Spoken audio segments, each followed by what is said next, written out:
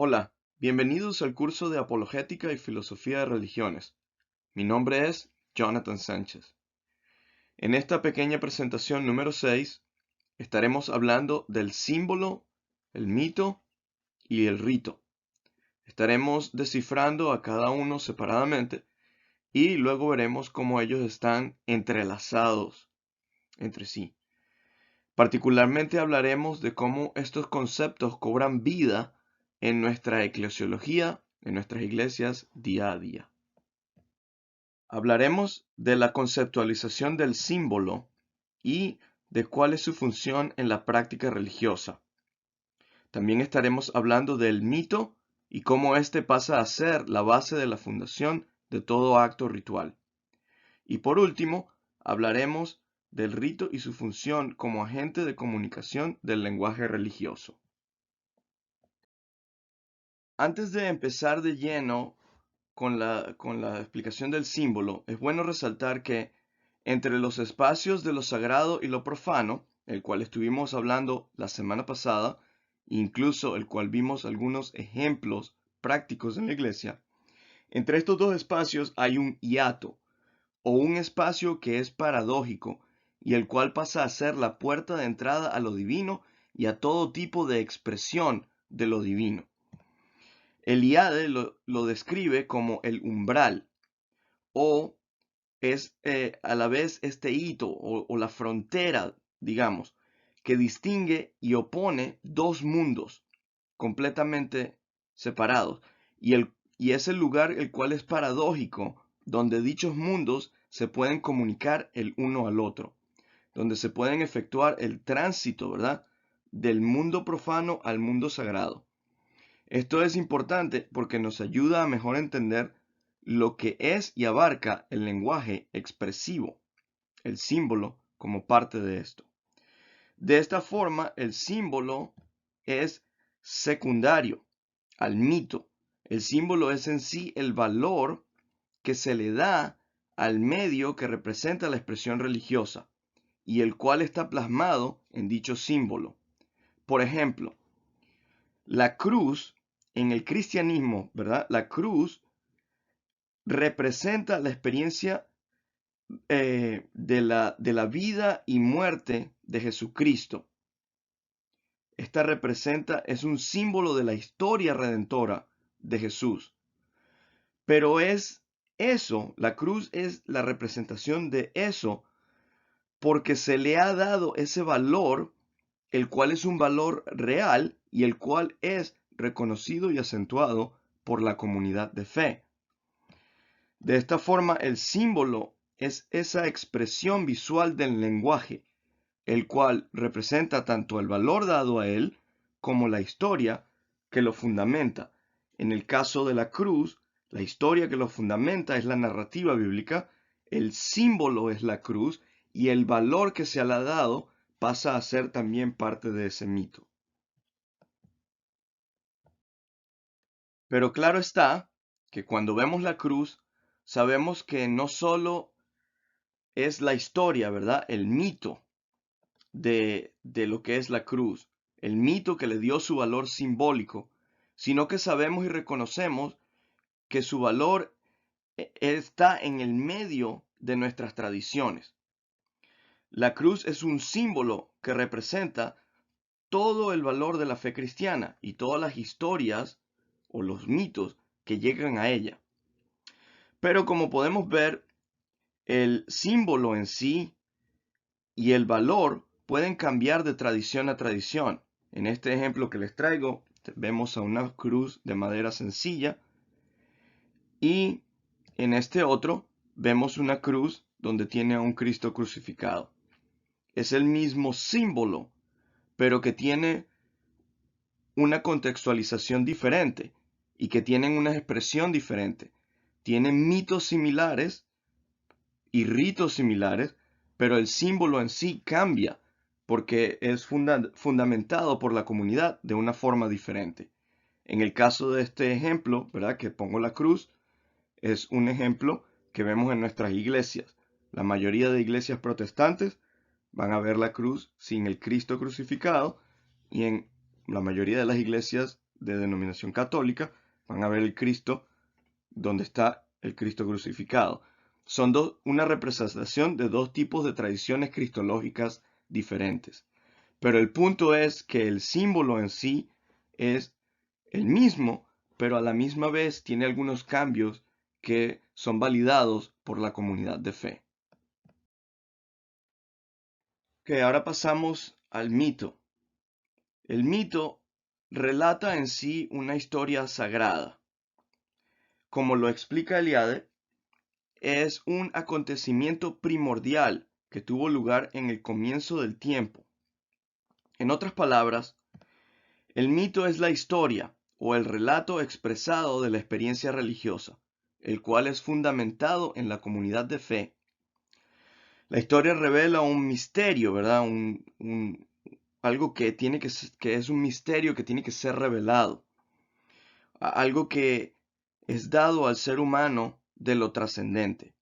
Ahora, no vamos a entrar en el debate de si lo trascendente comienza la transacción o es el humano el que comienza la transacción y si esa transacción es mediada o no.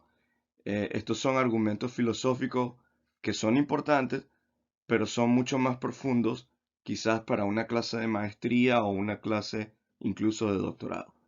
El punto para esta presentación es que es un misterio que es algo dado al ser humano de lo trascendente. Entonces, por ejemplo, en la narrativa bíblica vemos cómo varias historias son relatos de un encuentro con lo divino, que revela un tipo de misterio, ¿verdad? Vienen varios ejemplos como el ejemplo de Pablo cuando va al camino a Damasco, ¿verdad? Y se encuentra con Jesucristo y tiene esta revelación de un misterio, ¿verdad? Y él le escribe después en sus cartas pastorales de esta revelación del misterio. Otro puede ser el que hablamos la semana pasada de Moisés y la zarza ardiente, el arbusto ardiente, eh, y algunos otros relatos que son muy similares. Pero lo importante es que es este misterio dado al ser humano de lo trascendente y el mito pasa a ser una parte fundamental para esto. El mito también pasa a ser algo que crea el rito, el cual veremos más adelante.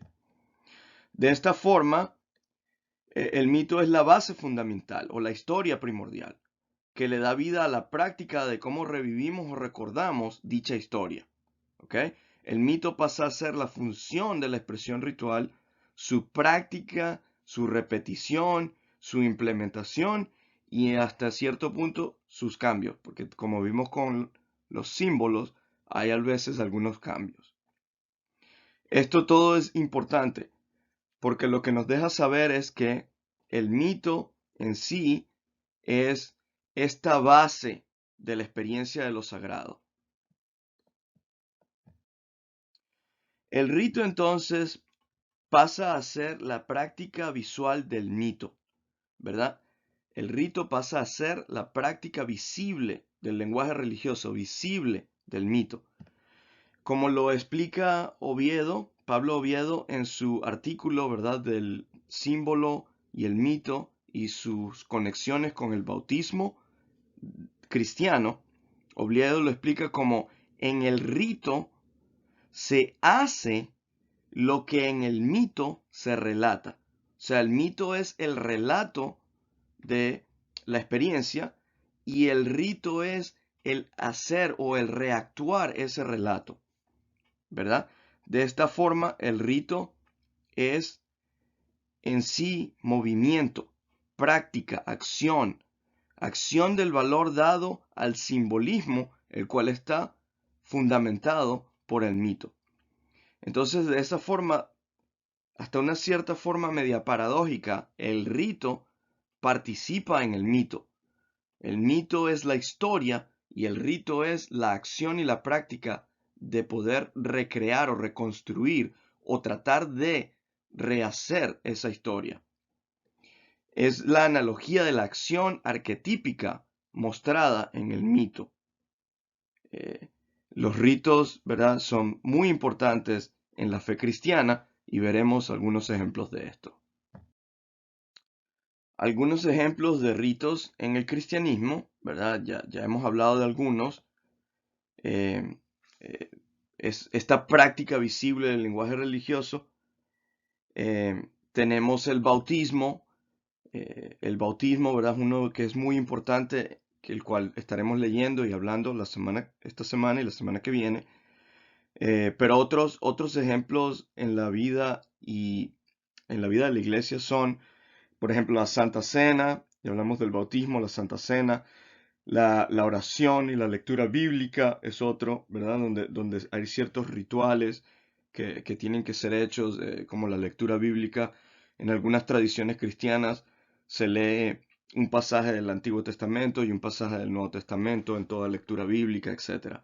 Estos son ritos que pasan a ser importantes en la eclesiología cristiana, porque nos ayudan con los símbolos, nos ayudan a recordar el mito, a revivir el mito, el cual es la narrativa bíblica, las historias de la iglesia, de la Biblia, que le dan vida a la iglesia, ¿verdad? Entonces, otro ejemplo puede ser la quema de incienso que vemos en algunas tradiciones, como en la tradición católica o en la tradición anglicana y metodista. Se quema incienso. Otro puede ser pasar al altar para recibir oración. Es otro donde hay ciertos ritos que tenemos que hacer, cómo llegamos al altar, en arrepentimiento, de rodillas, etcétera. Son rituales que hacemos en nuestras iglesias, rituales que practicamos en las iglesias. Es la eclesiología en práctica. Y estos son muy importantes porque son el lenguaje visible. Cuando llegan las personas nuevas a nuestras iglesias, esto es lo que las personas ven. Ven los símbolos que están en nuestras paredes, la cruz, la paloma para que represente el Espíritu Santo, los diferentes banderas que representan los colores, etc. Eh, y ven las prácticas, ven los ritos que hacemos. Es el lenguaje visible de nuestra experiencia con lo trascendente. Eh, de la misma forma, ¿verdad? Tenemos que ser honestos y poder comenzar a entender y a dialogar hasta cierto punto a reflexionar, que hay otros ejemplos de ritos en otras tradiciones de fe, que son muy similares a las prácticas rituales de la fe cristiana. Por ejemplo, en el hinduismo están los mismos rituales de la oración, de la lectura de ciertos manuscritos sagrados, como la Biblia. En el hinduismo también se practica la quema de incienso, de algunas especies aromáticas. Eh, eh, Hay diferentes tradiciones como la judía o los sikh, y otras que practican el bautismo de inmersión bajo el agua en ciertos ríos, etc. El punto es que el rito es esta práctica visible, ¿verdad? Que nos ayuda a revivir el mito o la historia, ¿verdad? De la experiencia de lo trascendente. Cuanto mejor podemos entender nuestros propios ritos, sus fundamentos y las razones por las cuales los practicamos, podemos ver cómo estos son expresiones de nuestra propia devoción y nuestro propio amor a Dios. Por otro lado, también podemos ver cómo el mejor entendimiento de nuestras propias prácticas, de nuestros propios ritos, de las cosas que hacemos, abren las puertas a mejor entender las prácticas y expresiones de otras expresiones de fe. A manera de reflexión, quiero que medites en esta pregunta. Quiero que pienses en algún encuentro que has tenido quizás en el pasado con otras tradiciones religiosas, cristianas o no, el cual te han hecho sentir un poco incómodo. Entonces la pregunta es ¿por qué? Y ahora que has mejor entendido lo que es el símbolo, el mito y el rito y cómo esto trabajan como lenguaje, ¿verdad? Expresiones del lenguaje, de tratar de explicar ese encuentro con lo trascendente. ¿Cómo puedes mejor ver y entender el porqué, ¿verdad? De esos ritos que te hicieron incómodo dentro de sus propios contextos? ¿Cómo los puedes ver de una mejor forma, de una forma diferente, de una forma que sea equivalente a lo que vale y a lo que la comunidad de fe lo valida que es dentro de sus propias tradiciones. Medita en esto y ponte a pensar quizás en algunas experiencias que has tenido en el pasado y si puedes, comparte con nosotros para que podamos discutir de estas experiencias. Espero esta presentación te haya ayudado a entender estos tres conceptos y cómo ellos están entrelazados entre sí y cómo trabajan dentro de la eclesiología, dentro de nuestras prácticas de la iglesia y su función también en relación a la teología cristiana. Bendiciones.